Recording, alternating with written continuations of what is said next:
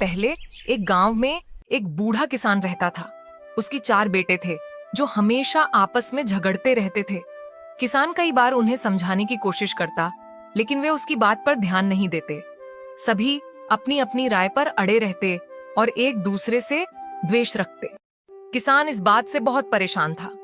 वह जानता था कि जब तक उसके बेटे आपस में लड़ते रहेंगे, वे कभी सफल नहीं हो पाएंगे।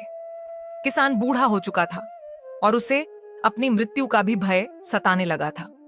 उसने सोचा कि अगर उसने अपने बेटों को एकता का महत्व नहीं सिखाया, तो उसके बाद वे बिखर जाएंगे। एक दिन किसान ने एक तरकीब सोची।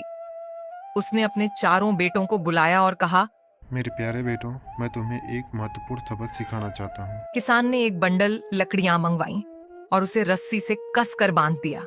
फिर उसने अपने बेटों से कहा, बारी बारी से इस बंडल को तोड़ो। जो इस बंडल को तोड़ देगा, मैं उसे इनाम दूंगा। पहले बेटे ने बंडल को तोड़ने की कोशिश की। उसने अपनी पूरी ताकत लगाई, लेकिन लकड़ियां नहीं टूटी।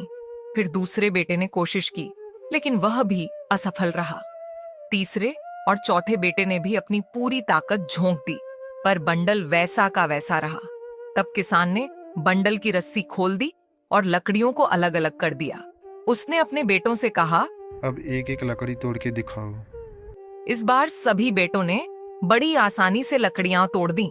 किसान ने मुस्कुराते हुए कहा, देखा बेटो, जब लकड़ियाँ एक साथ बंधी हुई थी तो तुम उन्हें तोड़ नहीं पाए, लेकिन जब वे अलग अलग हो गईं तो वे आसानी से टूट गईं। यही तुम्हारी कहानी है। जब तुम सब आपस में लड़ते रहोगे और बिखरे रहोगे तो कोई भी तुम्हें आसानी से हरा देगा, लेकिन अगर तुम एकजुट हो जाओ तो तुम्हें कोई नहीं हरा सकता। बूढ़े किसान की इस शिक्षा ने बेटों पर गहरा प्रभाव डाला।